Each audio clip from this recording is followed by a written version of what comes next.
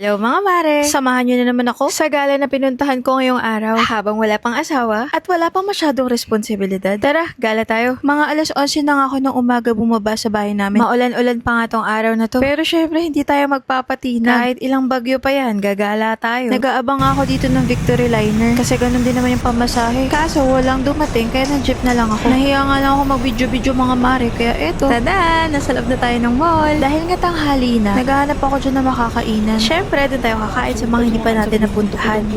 Parang ito siya.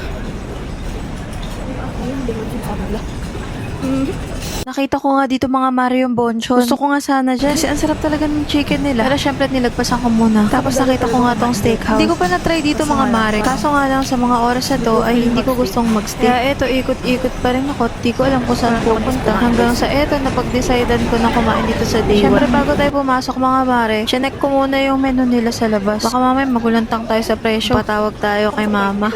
Tapos nakita ko nga tong baby back ribs nila. Affordable din naman kaya ayun sinubukan ko na rin. Pasok ko nga sa loob, sobrang dami ng tao. Tapos puro magpapamilya pa sila. Inabutan nga ako ni ate ng menu. Siyempre, tingin-tingin kunwari, pero sa totoo lang, nakapili na. Tapos pag gusto mo na nga umorder, pipindot ka lang dun sa may button. And then nakita ko nga tong Dubai Pistachio na to. Kaya sabi ko, isusubukan ko na rin. Kung nga napansin na pwedeng mag-add ng ice cream scoop for 20 pesos, sayang, sana sinubukan ko na. Eto nga sa part na to, kahit pamindot na ako sa button, wala pa rin lumalapit. Kaya tinawag ko na si ate. Buti na lang mabilis din siya lumapit kasi gutom na talaga ako niyan. Umorder nga lang tayo dyan ng baby back ribs at saka yung Dubai Pistachio. Yun lang. Mga oras na itong mga mare, ang hirap pala pag mag-isa ka, wala kang makadaldalan. Feeling ko napapanis na yung laway ko. Kaya naman nilabas ko na lang yung cellphone ko at saka scroll na lang ako sa TikTok. Pero dahil nga strong independent woman tayo, panindigan natin to. Tapos maya-maya na nga dumating na yung order ko. Kunwari, hindi excited kumain. Pero sa totoo lang, kanina pa nagre-reklamo yung mga bituka ko. Alam niyo ba mga mare, akala ko talaga yung baby back ribs lang talaga yung darating at saka yung Dubai Pistachio. Meron pala siyang kasama na bird's nest. Yung gawa sa itlog na soup. At saka may libre na din siyang iced tea. Natatawa na nga din ako sa part na to Kasi video-video pa wala naman nanonood sa akin. Pero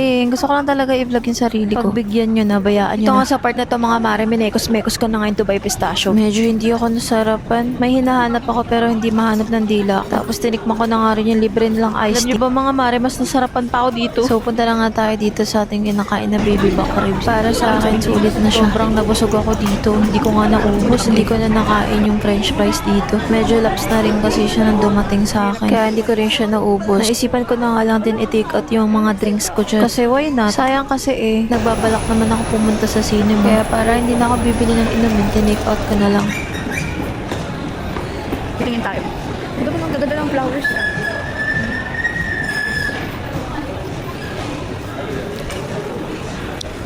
Lemon jar. Ang plano ko nga talaga panoorin dito mga mare yung kay Spider-Man. Kaso nga lang medyo nalungkot ako kasi nung dumating na ako, 4 PM pa yung available slot. Magto 2:30 pa lang ako dumating dyan. Ito to, sayang, baka nakaabot. Dito na lang. Kaso ano to, baka mamaya ano to, horror. Ano ba sana? Ito na panoodin ko. Nagkatanong natin. Kung yung dain. Baka mamaya horror yun Takot ako.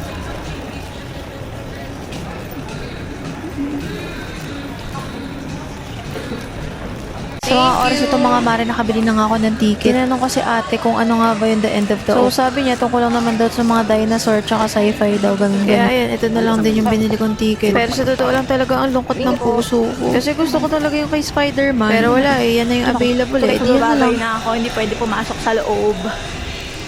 Ganyan-ganyan pa ako pero pinasok ko rin naman sa loob yung camera. Nakapag-video ko pa nga ante. Pero syempre pinatay din naman natin na magsisimula na. Ang mahal kaya ng multa. Sa mga panahon na nga na to, hirap na ako sa mga pinagbibit-bit. Kaya nilapag ko na yung camera ko at pinagkasya ko na sa isang bag. Lifesaver talaga tong bag ko na to. Titiklop yan nabili ko lang sa Shopee. Gusto nyo ba ng link? Sendan ko kayo. Charot!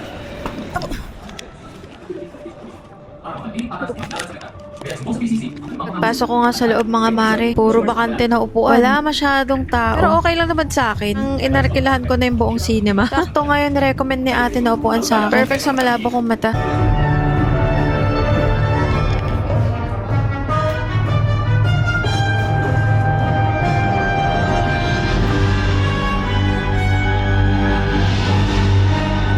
Pagkatapos ko na nga panoorin yung The End of the O at hindi ko siya masyadong nagustuhan. Nakabwisit lang doon yung babaeng bida. As in, pikon na pikon ako mga mare. Na kung pwede nga lang pumasok ako sa loob at tulungan ko yung lalaking bida, ginawa ko na. Bakit kasi may ganun paiyak-iyak pa? Kung tinulungan mo na lang sana, no?